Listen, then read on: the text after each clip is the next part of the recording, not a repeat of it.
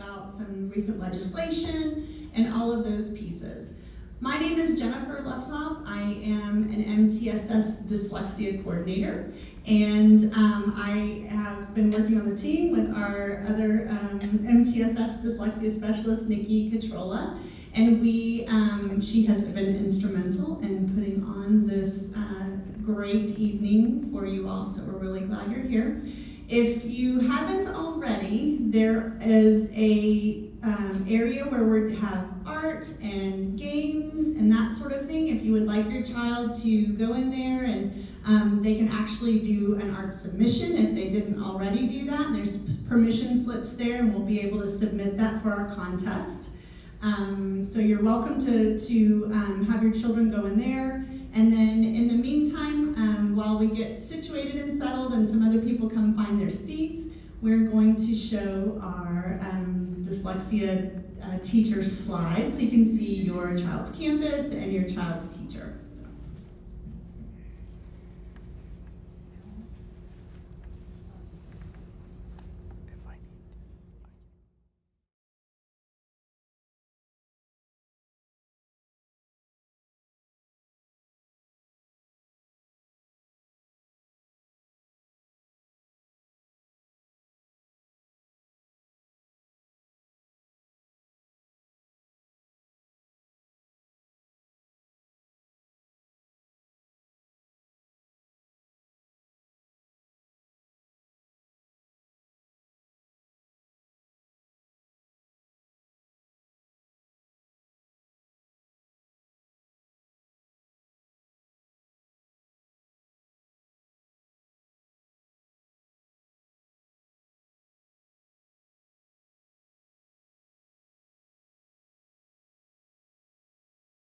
This virtually, and then we will have this recording on our website for you to watch later if you would like. So at this time, we are going to have two very special people come and give us some information about some recent legislation that a lot of people have questions about. So I would like to introduce our Director of MTSS 504 and Dyslexia, that's Mandy Chapman. And then the Executive Director of Special Education Student Support, Michelle Martella. And they're going to come and walk us through some of the different changes that have occurred. So thank you guys so much for being here, and welcome. Thank you so much. This is not intimidating at all, using a microphone. Thank you. I've met a lot of you. We're really excited that you're here. We want to give you an overview of our new House Bill 3928 for some informational purposes. So we're going to go ahead and start that. And welcome, and thank you to everybody who is not only here to learn more about dyslexia as a parent or an educator, but thank you to all of the dyslexia teachers who came to support tonight. There's some other folks here tonight from special ed. If you have questions at the end of the night, they are here to help. Okay, so we're glad you're here. We're going to walk through a few things together, and then if you do have questions, don't be shy about asking afterward. Okay, so here's the amazing MTSS team. You may be wondering, what are these initials, MTSS? Multi-tiered systems of support. So it's tiers 1, 2, and 3, and it's addressing kids' behavior, academic, and social-emotional needs within systems at the campus level. This team is charged with a 5-year initiative to implement this in Comal, and I'm super excited about the work that Mandy's leading. I'm getting a lot of feedback. And I know I have to talk into this thing because we have a virtual audience as well, a large virtual audience. Is the feedback better if I hold it here? Yes. Okay, thank y'all. All right, so let's get started. Okay, this past summer, the 88th legislators, I'm trying to get it right, they met in Austin and they drafted some new legislation. I'm going to walk away from the feedback. And they created a House Bill 3928 specific to dyslexia. How many of you all have heard of this new bill and any of the implications? Okay, good to know. So it is very much a a good thing for kids in Texas. It's going to create some additional protections and avenues, monitoring and support. So let's talk about what it did and what happened. So one of the things that the Texas Education Agency outlined was that dyslexia as a condition is considered a specific learning disability, which is something that had been debated for years and years. Is this an SLD or not? But that's what this bill says, that this condition actually meets the eligibility criteria for. We'll talk more about what that condition is in a Q&A that we have. We also want to make sure that when we're evaluating children for dyslexia, that someone who has knowledge of dyslexia is a part of that evaluation. So we're making sure that somebody has that reading expertise and has had the training, and so that's now formally an expectation, always an expectation, but now formally in this bill. That is now a rule that went into effect in September. The next piece that would be changes to identification is that when we talk about instruction, when we talk about specially designed instruction, that's a term used in the special ed world. And so now that we're saying dyslexia is a specific learning disability, and that any dyslexia instruction is specially designed instruction, we're saying that dyslexia is a special education service. The next thing that I would want to share is that there used to be two terms that floated around: standard protocol dyslexia, specially designed instruction, and the new bill has combined those terms to mean the same thing. There's no distinction. And in our district, we're referring that to direct dyslexia instruction, or if your children receive direct dyslexia instruction, it's considered the multi-tiered, I lost it, y'all, MTA, multi-sensory teaching, sorry, thank you. Hello, okay, too many M to T's this tonight. All right, so if your child is receiving that direct instruction, that's considered direct dyslexia instruction. Okay, and that anyone who's providing that instruction has some special training requirements. Any questions or additions, Mandy? Okay.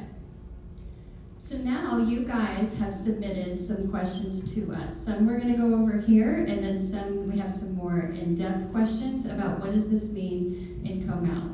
What do these changes mean for my child, if any? So let's start with the first one. I'm going to ask Mandy this question. My child seems to be struggling in reading. Who do I talk to at my child's school? Absolutely. The first thing you're going to do, you need to talk to the child's teacher, to your teacher. They're going to have the best data. What we like to start with is intervention, because we read, I'm so sorry about this. You could probably hear me, but I'm not going to take a chance with people that are on virtual. We really want you to start with the child's teacher to see what data. We do screeners, we do lots of data points, because we really want to know where the student is at, and that's that's going to provide the interventions needed, if any are needed. And each campus has an intervention process. Like Michelle said, MTSS, multi-tiered systems of supports. We're working right now on a 5-year initiative. So, but every campus at this point does have an intervention process. Okay, next question. My child is in section 504 receiving dyslexia instruction. What happens now that HB 3928 passed? Well, the best thing to do, every child is different. Although dyslexia is dyslexia, it looks different in different kiddos. So the best thing to do right now is talk to the campus to formulate the best plan for your child. And again, what we're going to do is base it on data, base it on what's going on, and try to pinpoint exactly what to do with that. Okay, this next question is, my child has already had an evaluation for dyslexia. My child, he or she was tested for a reading difference, but still not maybe as successful as I would hope. What do I do? That's a good question. Can you hear me? Oh, yeah. Okay. That's a good question because this has different parts to it. If they had an evaluation previously, what we used to call a focused eval, which was a dyslexia evaluation, now we're going to be required to have a multidisability or a full and individual initial evaluation, what's called an FIIE, because we love acronyms a lot. Based on that information, that's going to give us a whole lot of good stuff to see. Is it dyslexia? Is it something else? Are there additional things that we need to be looking at? Just lots and lots of criteria goes into a full evaluation. Okay. So then tonight, we want to make sure that you all each take one of these home with you. It's at the back table over there where Jennifer is standing. Some of the special ed directors are here tonight. If I could get Carolina and Jordan and Luann to wave. And I want to say hi to Bianca's over there too. And Nicola, there's lots of folks that can help us out with Section 504 questions or special ed questions. But this tool was created by the Texas Education Agency. And so it's a 4-page kind of descriptor of what to expect. Why are we talking about special ed and dyslexia? How do I get a referral? What does consent mean? What is services? What does this look like in public education? So there's a QR code that takes you to the TEA related service and dyslexia page that will also have information for families. But this is a very thorough tool that will help you with some additional resources as well. I believe that concludes this component of our time with y'all tonight. Was really just to outline that there are some new rules and there are some great support resources for families.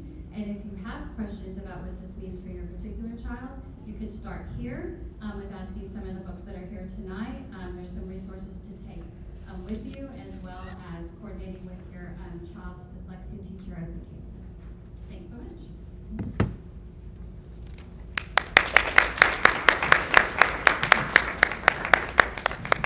Thank you so much.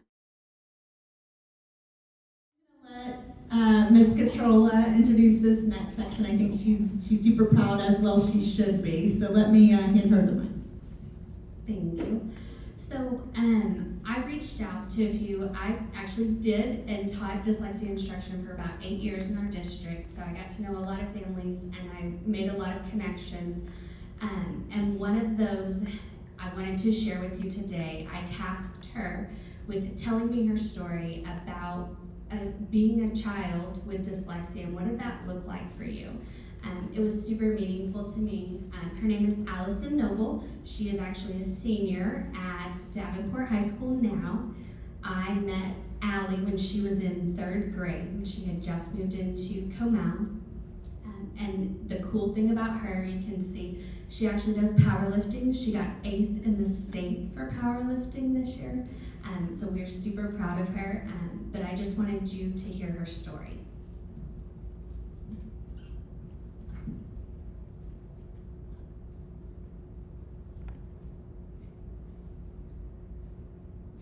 Allison Noble. I am a senior in high school and I got diagnosed with dyslexia in 3rd grade. A little bit of a backstory before I got diagnosed in a classroom setting. I struggled to take tests and I failed at reading. And when it came to silent reading, I had the same book and same page every single time. And my teacher was realizing a pattern of my learning that I couldn't comprehend what was going on in the classroom. So we decided to get me tested for dyslexia. It was very crucial to have all these tests. It was very, very nerve-wracking and scary and just frustrating as a 3rd grader, having to take so many tests to find out where I was with my reading comprehension. I was at a kindergarten reading level in 3rd grade. It was very much needed to start the classes in the program. When it came to the program learning and understand why I was different than the other kids was it wasn't for me. I didn't like it at all. I didn't want to be the only kid that had a problem. I was in an anxiety, like a testing anxiety class, like a program, because I was so scared to take something that I couldn't understand. And that was all the time. I hated school. It was very frustrating to be a kid that didn't know how to read, and every other kid in your class could read fluently while I sounded like a robot. And we would get these lesson plans back and have feedback of how we did for it. Mine, the one time I found this a couple of years ago, mine said, she is saying, I can't, I won't, I don't understand. She's very discouraged and she doesn't have the confidence. I turn the page and it's for the next one, and it says, she's happy, she understands, she's comprehending what she's learning, and she's saying, I can't. And for me to say that and realize that I was understanding things, I wasn't at the level that I used to be at, was helping me to grow my confidence. And learning different ways how to read was the key point, and just having different ways of how to spell and make it more fun. As a kid, you want to be like, have fun things to do, but when it comes to you not understanding, it was a big chore. My teacher, Miss Catrola, made it so much fun. She made it so interactive, and I wasn't dreading to go to class anymore. And she noticed it. When it came to 6th grade, I tested out of my dyslexia class the first month of school, because the program got me so far that I was at the same level as all the other kids. And that was a big accomplishment, and it showed me that this program has gotten me so much farther than we ever thought it could. So when it came to middle school and high school, I wasn't in the program, but I still had a 504 plan. And I still currently use it, and I hope to use it in college. It was great learning that I was at the same pace as all these other kids. There are still such hard days, and there still always will be. And everything with dyslexia classes has taught me that it's okay to ask for help, that people aren't gonna make fun of you for not being able to read a simple word, like because, and that it's normal to struggle with something. High school, I ask all the time for help. The other day, I was reading every other word wrong, and I asked for help from my friend. And that was a big step from like 3rd grade Allie, where she didn't even want to read. This program has gotten me so much farther in life that we could have imagined, and I want to go to college for the medical field. And I couldn't have dreamed about it without it. So that's my journey with dyslexia.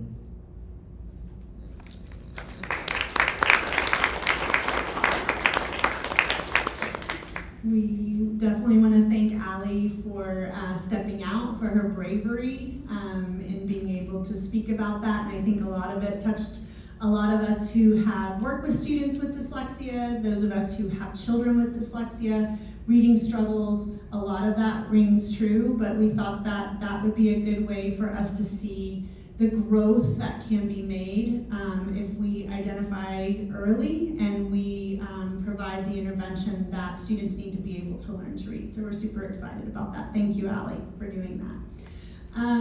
A lot of you have submitted some questions that came in as you RSVP'd for this event, and we are grateful for those. So we kind of compiled those into different topics and picked some of the top ones. And we have our two gurus are going to step up and give us some information on answering some of those questions. And I want to thank all of you for submitting those, and I hope your answers are in our presentation tonight, and if they are not, then we would encourage you to please reach out to your dyslexia support teacher at your campus, or one of us, and we'd be happy to talk with you about that. So if you guys want to come back up.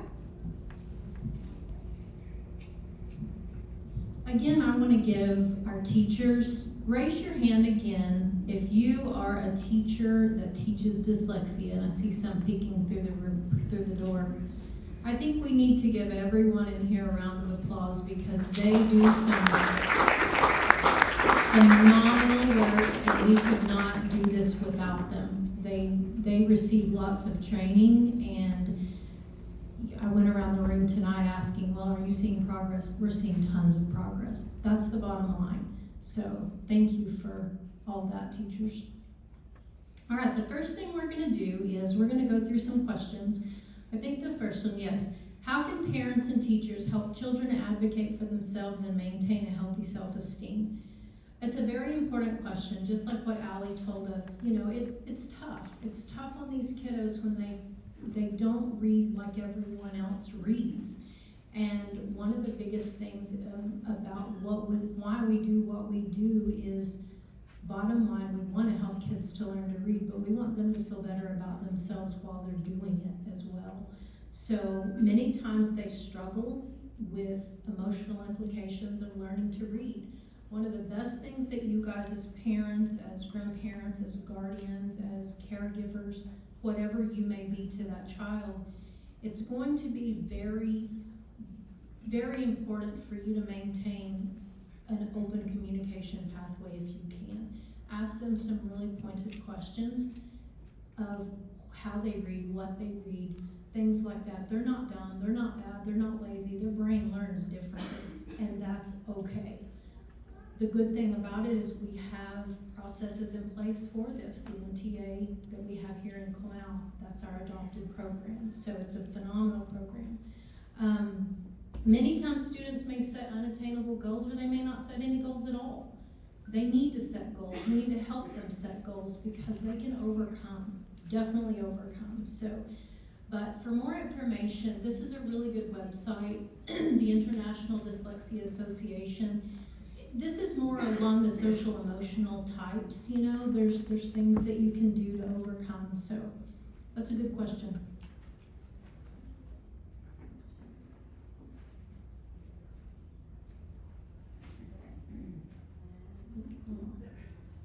We both changed it? Yes.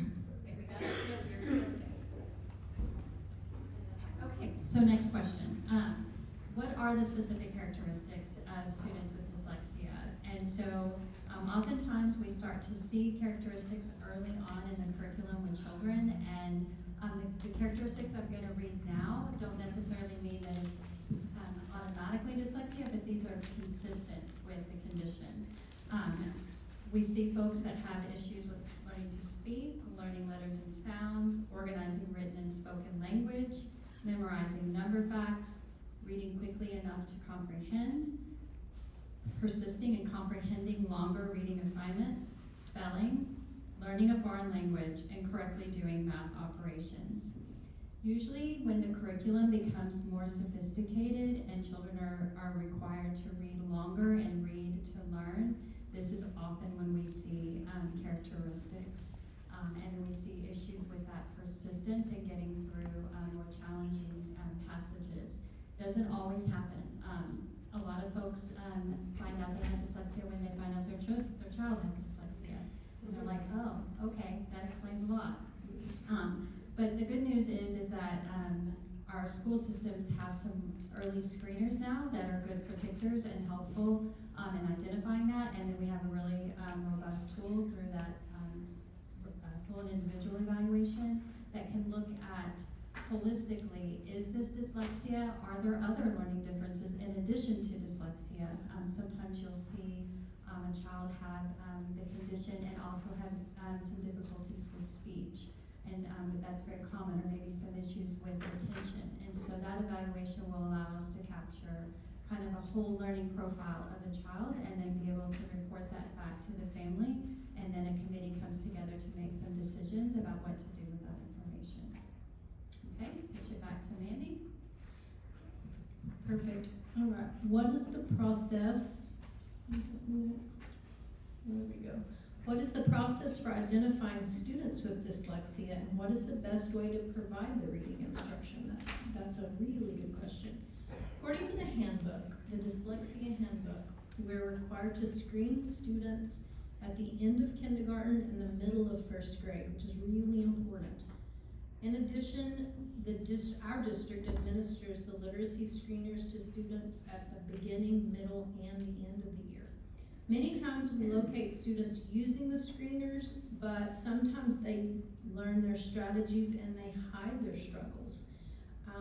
They end up not showing until they're a little bit older. So that's very interesting too. You wouldn't think that happens, but it can. They can compensate while they're younger, and then it starts really coming out a little bit later on. For any student that does not pass the 6th grade RLA STAR test, Reading Language Arts STAR test, and they don't already have a documented disability, the screener is administered then. It's really good not to just do it while it's early, but also kind of midpoint too, because that's when we hopefully, if we haven't caught it earlier, hopefully we can catch it if there is that present.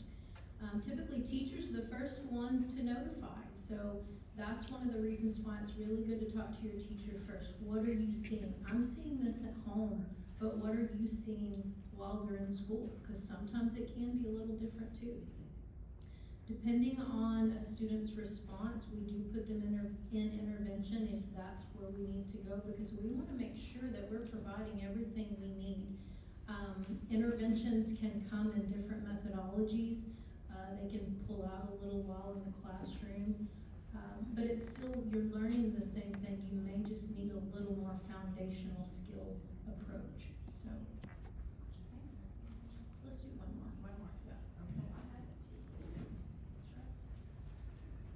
All right. Yep. What can parents do at home to support children with dyslexia? This is the burning question, because I know a lot of you have asked, well, what do I do at home? I'm not at school, I don't have all the resources that you have, so what do I do? There's lots of resources. For starters, make sure that you both understand what dyslexia is. We can help with that. And challenges that come with it. Is it a crutch? Absolutely not. It's just a learning difference. It has nothing to do with if they can learn it, it's how they learn it. Open dialogue is so important. And then praising the efforts, because they do work very hard while they're at school, and sometimes they have to come home and work even harder. That gets hard on mom and dad. I mean, I've been there, I do know the homework struggles, because when they get home they're tired, and you get to see that. So thank you for all that you do to support, and we will help you as much as we can at home as well. Learning Ally, which is one, I think it's on one of the side tables in the very back. Learning Ally is a great resource for students to have access to audio versions of textbooks. It's great. Grade level novels or other books students want to read for pleasure. This allows the students to stay current with reading assignments and then take the struggles, if you can, out of the homework assignment. For students who've been identified with dyslexia, make sure you and your child are aware of the accommodations, if any, that have been provided. That's very important. We really want to make those consistent. So if they need any accommodations, they need to be provided on a consistent basis. That's very important. Oftentimes, students may forget they have extra time to complete assignments, or they can use speech to text. And we can explain that further if anybody has knowing these accommodations can definitely help alleviate it. It doesn't change the content, it just changes kind of how they go about receiving that information. So that's really important. Do you have anything else you want to add to that? I would just want to do another plug for Learning Ally, and that if a child has a documented print disability, that is a free service for families. And so I just can't say enough about, I have a kiddo, he's in college now, really excited about that. But it's made a difference in his story. And so as a parent, I would want to make sure that I had that access for my kiddo. We're going to turn our mics on first. What we're going to do, the rest of the questions, we're going to go ahead and put in an FAQ. That way you guys can get the answers that you need, be able to read over them. But in the amount of time that we have left, I'm going to turn it back over to Nikki. We really appreciate you guys being here. It means a lot that you guys are willing to come out after school in the evening. We're going to do everything we can to support you and your family, your student. If you have any questions when this is over, feel free. Any one of these people in here would be glad to answer any questions that you have.